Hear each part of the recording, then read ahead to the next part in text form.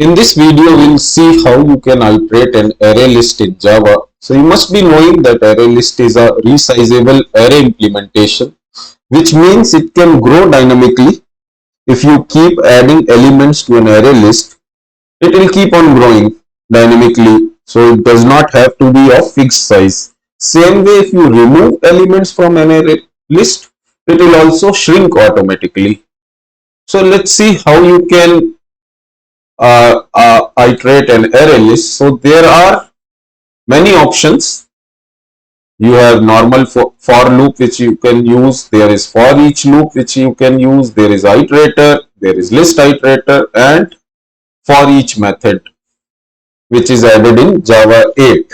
So let's see all of these ways how you can iterate an array list or loop an array list using all these options. So I've created a class with a list and added some elements. So list adds some string here. So list may be of any type. I have taken string, so it can be integer, double, float, or custom type for your own classes. So you can add any type of objects, and how you iterate remains same for any type of object. So in this example, we'll use string list as an example.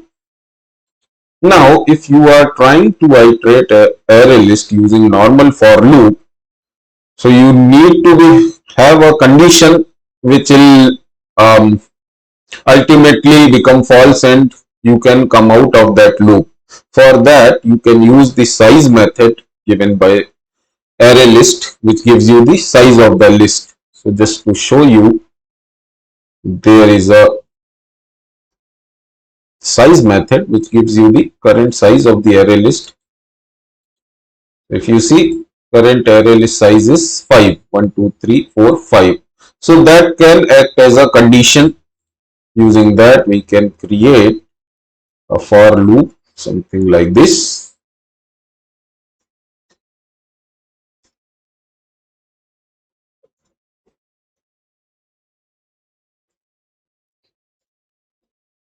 So array list is 0 based, index is 0 based here. That's why condition starts from 0. And for 5 elements, as in this example, it should go from 0, 1, 2, 3, 4. That's why it is less than the size, which is 5 in this case. So I less than 5. So it will run 0, 1, 2, 3, 4. That's what we want. And in each iteration, we increment it by 1. Then I can get in each iteration element using get method of array list, and I can pass I. So in first iteration, get 0, then get 1, and so on. We run it. You have the elements, and you must be knowing array list is a collection which adds elements sequentially. So it maintains insertion order. That's why if you see, you get element in the same order as you insert them. So that is the first way. Then let's go to the for each loop or enhanced for loop, which is added in Java 5. That's how you can write it. So you can see it's a little shorter than how you write the normal for loop. And you can describe it like this, that in each iteration of this loop, get one element out of this list and assign it to this variable s. So in first iteration, it will take the 0th element out of this list and assign it to the variable s. That's how I can print s. Then in first iteration, another iteration, first element, which is assigned to the variable s, and so on. And again, if you see, using for each loop also, I get the same elements. Now the third way which you can use is Iterator. So all collection or you can say all the classes which implement collection also implement iterable interface that comes through collection interface itself. So they get an iterator, and that also you can use to iterate the collection, or in this case array list. For that you have to get an iterator object, which in this case will have string elements, so some name for the object, and that's how I can get it. Each collection has an iterator method which gives you that iterator. Now using that I can create a condition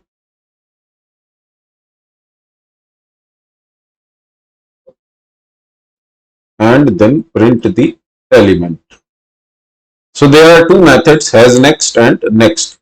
So that's what you will check. If there is a next element, as next element in the array list, if yes, then print that next element. So it will be true while there is a next element. As soon as it becomes false, you come out of this loop. And if you see, that's what you will get for the iterator. Again, the elements. So list iterator is another way that is exclusive for list based implementations. So here you get one feature, that is you can go forward as well as backward. So that's how we differ from the normal iterator. So you can get the list iterator the same way you get the iterator.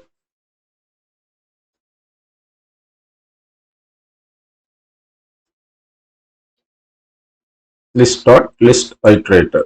So now I have the list iterator object. Using that, for going forward, it is similar to what you do for iterator. So list iterator dot has next and print the next element.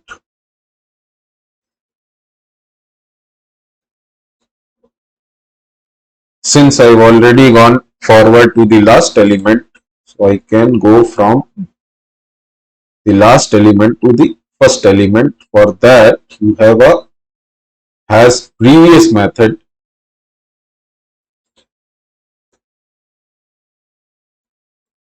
and you print also the previous element. So you keep on checking if there is a previous element. If yes, then print that previous element. So that's how you can go forward and then backward also. So if you see, for list iterator, forward and then backward from last element to first element. So that's another way to iterate an array list. Then we also have a forEach method, which is added in Java 8. That also you can get from the list itself, forEach. And if you have a knowledge of lambda expression and functional interface, you can see that it takes consumer functional interface as a parameter. That means you can implement this consumer functional interface as a lambda expression which will consume element. So I can just each element and print it. That's what I can give. And remove the semicolon, and you have again all the elements using forEach method. In this case, you can also use actually method reference to make it even shorter. In that case, it will be forEach, and then I can say system dot out, and I can use double colon. This will also do the same thing. Since println is already implemented, so I can use or reference that method as an implementation of consumer functional interface. So these are the ways you can iterate an array list in Java.